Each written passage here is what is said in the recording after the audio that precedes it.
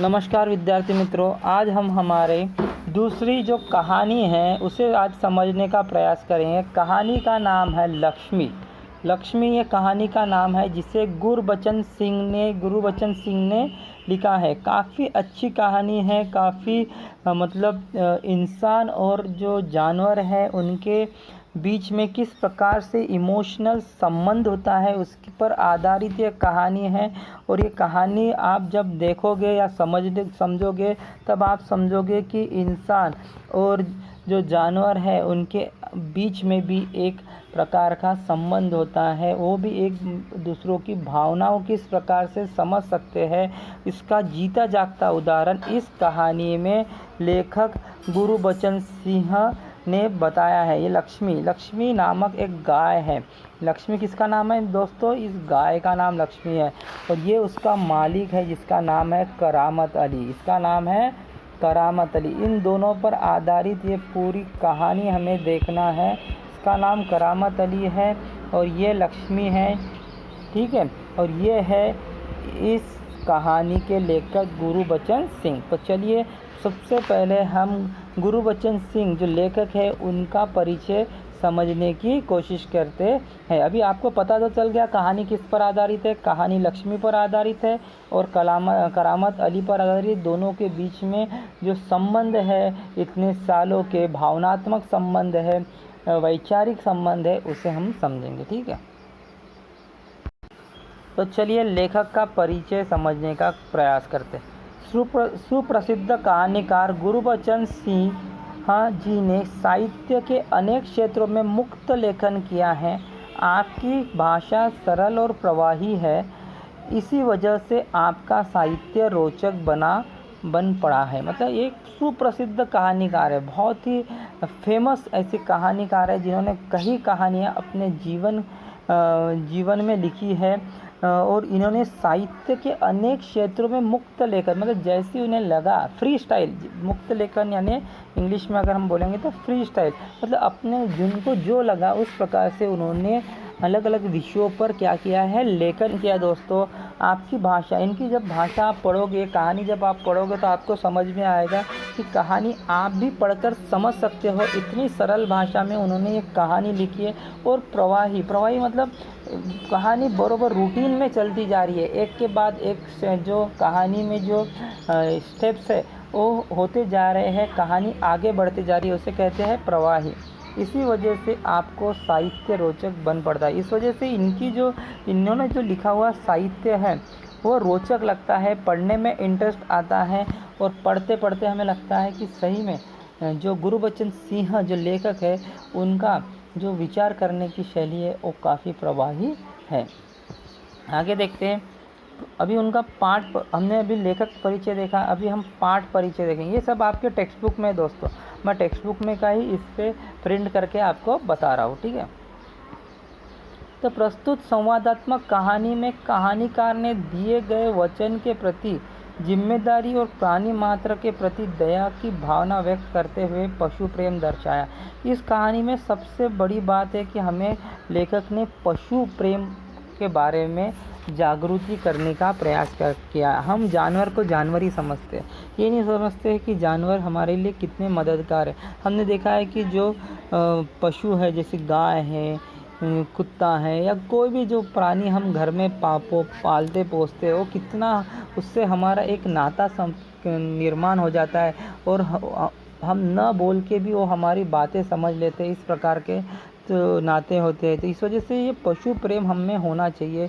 इस कहानी में कहानीकार ने वही बताने का प्रयास किया कि किस प्रकार से उन्होंने किसी को वचन दिया होगा और हम देखो, हम अपने वचन के लिए हम किसी भी हद तक जाने के लिए तैयार हो जाते हैं। मतलब एक बोलते हैं ना, आदमी की ज़ुबान एक बार ज़ुबान दे दी तो उससे जो आदमी पलट जाता है वो आदमी जीवन में किसी काम का नहीं होता है। और ज़ुबान किसको दी जाती है? एक बार जो ज़ुबान दी तो वो भले हम मर जाए, हमारी ज़ुबान कट जाए, फिर भी हमें अपना शब्द नहीं बदलना चाहिए। तो अपनी ज़ुबान के प्रति, वचन के प्रति जिम्मेदारी क्या होती है और प्राणी मात्र के प्रति दया की भावना क्या होती है, ये इसमें बताया गया है दोस्तों। लेखक का कहना है कि अनुपयोगी हो जाने पर भी प्राणियों का पालन पोषण करना ही मानवता है। मतलब कभी कभी हमने देखा है कि गाय भैंस ये क्या हो जाता है, जब हमको काम में आता है, मतलब वो दूध देते हैं तो हम उसे बड़े उसका ख्याल रखते हैं, और जब वो अनुपयोगी हो जाती है, मतलब बूढ़ी हो जाती है, दूध देना बंद कर देती है, तो हम उसे किसी को बेच देते हैं, कसाई को वगैरह किसी को भी बेच देते हैं और उससे पैसा कमा लेते हैं, और ये सोचते हैं कि अभी ये गाय या भैंस हमारे कोई काम की नहीं है। तो इस प्रकार के हमारे बहुत से लोगों के विचार होते हैं, लेकिन ऐसा होना नहीं चाहिए। जिन्होंने हमें जीवन भर उसने हमें दूध दिया, हमारे लिए काम में आई, उसके बुरे वक्त पे हमें उसका पालन पोषण करना चाहिए। यही हमारी मानवता है। अगर हम ये नहीं करते, जैसे हमारे माँ बाप ने, अभी सोचो आपके माँ बाप ने आपको बड़े ही कष्ट से आपको पाला है, आपकी हर एक डिमांड पूरी की है, आपको किताबें लगती है, ड्रेस लगते हैं, यूनिफॉर्म लगते, सब आपको लेके दे रहे हैं, और जब आप बड़े हो जाते हैं, खूब जवाबदार हो जाते हैं, और माता पिता बूढ़े हो जाते हैं, तो किसकी जवाबदारी है उनकी पालन पोषण करने की, उनकी देखभाल अपनी है ना। तो अगर हम उस समय उन्हें छोड़ दें तो ये अच्छी बात है क्या? तो ये मानवता के विरुद्ध बात है। इस वजह से कभी भी किसी का दिल नहीं दुखाना चाहिए दोस्तों, ठीक है। तो चलिए अब कहानी देखते हैं। आशा करता हूँ आपको ये पाठ परिचय, लेखक परिचय ठीक से ध्यान में आया होगा। आप अपनी हिंदी की टेक्स्ट बुक खोलकर जो पहला परिच्छेद है ना, पहला पैसेज परिच्छेद, उसे देखने का प्रयास कीजिए। मैं इस पर से आपको समझाऊंगा, आप उसमें से देखिए।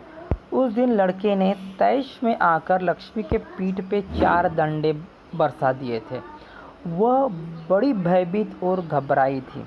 जो भी उसके पास जाता सिर हिला उसे मारने की कोशिश करती या उछलती कूदती गले की रस्सी तोड़कर खूंटे से आज़ाद होने का प्रयास करती। मतलब उस दिन एक लड़के ने तैश में यानी गुस्से में, तैश में यानी क्या होता है, गुस्से में आकर लक्ष्मी ये जो गाय है उस पर 4 डंडे बरसा दिए। आप यहाँ देख रहे हो एक लड़का हाथ में उसके डंडा है, और उसने जो लक्ष्मी नामक गाय है उस पर डंडे बरसा दिए, जिसकी वजह से आप यहाँ देख रहे हैं कि उस गाय को कुछ जख्म भी आ चुकी है। तो तैश में आके, गुस्से में कभी कभी होता है, तो गुस्से में आके उसने 4 डंडे बरसा दिए लड़के ने। वो भयभीत और गाय इतनी डर गई, वो मार खाने के बाद इतनी भयभीत हो गई, इतनी घबरा गई, जो भी, तो फिर उसको इतना डरने लगने लगा कि जो भी उसके पास जाता सिर हिला उससे मारने की कोशिश करती, क्योंकि जो भी उसको पास जाता उसको सिर हिला के मारने की कोशिश करती। क्यों करती? क्योंकि उसे ऐसे लग रहा था कि ये भी आके मुझे परेशान करेगा, मारेगा, इस वजह से फिर उछलती कूदती। आपने गाय को देखा होगा, जब उसे गुस्सा आता है तो जगह पर उछलती कूदती है। फिर रस्से जो खूंटे, जो यहाँ पर आप देख सकते हो, एक खूंटे से उसे बांधा, ये खूंटा है आप देखते हो, इससे उसे बांधा गया है ना, जैसे खूंटे से, रस्सी से उसे बांधा है, और उससे वो आज़ाद होने का क्या कर रही है दोस्तों? प्रयास कर रही है। अपने खूंटे से आज़ाद होने का वो प्रयास कर रही है, ठीक है। तो यहाँ पर अर्थ भी दिए हैं मित्रों। तैश यानी गुस्सा आना, भयभीत यानी डरा हुआ, आज़ाद यानी स्वतंत्र होना, प्रयास यानी कोशिश करना, ठीक है। आपको समझ में आ गया? लड़का जिसने हाथ में डंडा है उसने मारा लक्ष्मी को, खूंटा और ये रस्सी, ठीक है। अभी आगे देखते हैं दूसरा पैराग्राफ। करामत अली इधर 2-4 दिनों से अस्वस्थ था। अस्वस्थ यानी क्या बच्चों? बीमार। अस्वस्थ यानी क्या होता है? बीमार था। इसका नाम है करामत अली। जैसे मैंने आपको शुरुआत में बताया कि ये कहानी किस पर आधारित है, तो ये करामत अली पर आधारित है। और ये अभी कैसी है? बीमार है। इस वजह से वो चारपाई पर लेटा हुआ है। लेकिन जब ये सुना कि रहमान जो वो लड़का था ना जिसने उस गाय को मारा, उसका नाम रहमान है दोस्तों। रहमान किसका नाम है? इसका नाम रहमान है। तो उसका नाम रहमान था जिसने उसको मारा था, मतलब करामत अली का बेटा। ये जो करामत अली है इसका, वो जो लड़का हमने इसके पहले देखा था जिसके हाथ में डंडा था, वो रहमान है। उसका नाम क्या है? रहमान। ये नाम आप ध्यान में रखो, ये कैरेक्टर्स है, इसका नाम आपको पात्र के नाम ध्यान में रहना चाहिए, ठीक है। पीठ पर डंडे बरसा दिए, गाय की पीठ पर, तो उससे रहा नहीं गया। अब इससे जो करामत अली, इसका और लक्ष्मी का एक अलग संबंध था, क्योंकि इसी ने उसको घर पे लाया था, तो इस वजह से उससे रहा नहीं गया। वो भले बीमार था, खाट पे पड़ा था, फिर भी वह किसी प्रकार चारपाई से उठकर धीरे धीरे बतान में आया। बतान का अर्थ देखो यहाँ पे क्या होता है? बतान यानी पालतू गाय बैल के रहने का स्थान। ये अर्थ आप लिख लो। बतान यानी जहाँ पर हम रखते हैं ना मवेशियों को, पालतू गाय बैल को, उसके रखने का स्थान मराठी में हम आपण त्याला गोटा म्हणतो आहे की नहीं। तो अस्वस्थ यानी बीमार। ठीक है, समझ में आया है। अभी आगे देखते हैं। ठीक है, तो अभी आगे देखते हैं। आगे बढ़कर उसके माथे पर हाथ फेरा, मतलब वो बतान से उठकर करामत अली धीरे धीरे गया। आपको पता वो बीमार था, अस्वस्थ था, फिर भी वो गया और उसने जो लक्ष्मी थी उसके माथे पर उसने हाथ फेरा, उसे पुचकारा यानी प्यार किया, प्यार करना, पुचकारना यानी प्यार करना। लिख लिया करो दोस्तों, आप जो भी आप इसके नोट्स लिखा करो ताकि आपको आसान जाएगी। तो उसको पुचकारा और होले से उसके पीठ पर हाथ फेरा, धीरे से उसके पीठ पर क्या किया, हाथ फेरा, क्योंकि उसको लक्ष्मी के साथ लगाव था, प्रेम था, जिस वजह से वो उसे इस हालत में नहीं देख पाता था। लक्ष्मी के शरीर में एक सिरहन सी दौड़ गई। सिरहन सी यानी क्या होता है, कपकपी, मतलब अपन जैसे मराठीत में थरथरी, तो ऐसा कपकपी छूट गई उसके हाथों पर एक प्रकार से। किसके शरीर पर, किसके शरीर पर, लक्ष्मी के। मतलब उसको इतनी डर गई थी, जब हम बहुत डरे हुए थे तो हमें किसी भी हाथ लगाया तो हम एकदम डर नहीं जाते क्या, उस प्रकार से उसकी हालत हो गई थी। ओ कम्बकत ने कितनी बेदर्दी से पीटा है। फिर वो बोला करामत अली वो लक्ष्मी से, कितने कम्बकत, मतलब बदमाश ने कितने बेदर्दी से, मतलब बिल्कुल दया न करते हुए से पीटा है। उसकी बीवी रमजानी बोली, करामत अली की बीवी का नाम क्या है, रमजानी। अभी हमने कई कैरेक्टर के नाम लिखे हैं, ठीक है। ये तीसरा कैरेक्टर, चौथा कैरेक्टर है। पहला कौन है, लक्ष्मी, करामत अली, रहमान और चौथा रहमानी, ठीक है। रहमानी बोली, लो चोट की जगह ये रोगन लगा दो। रोगन यानी एक दवा मिलाया हुआ तेल, रोगन यानी दवा मिलाया हुआ तेल, जो तेल जो है जिसमें दवाई मिलाई होती है और जो हमें जख्मों को आराम देता है, बेचारी को आराम मिलेगा, ऐसी रमजानी ने कहा।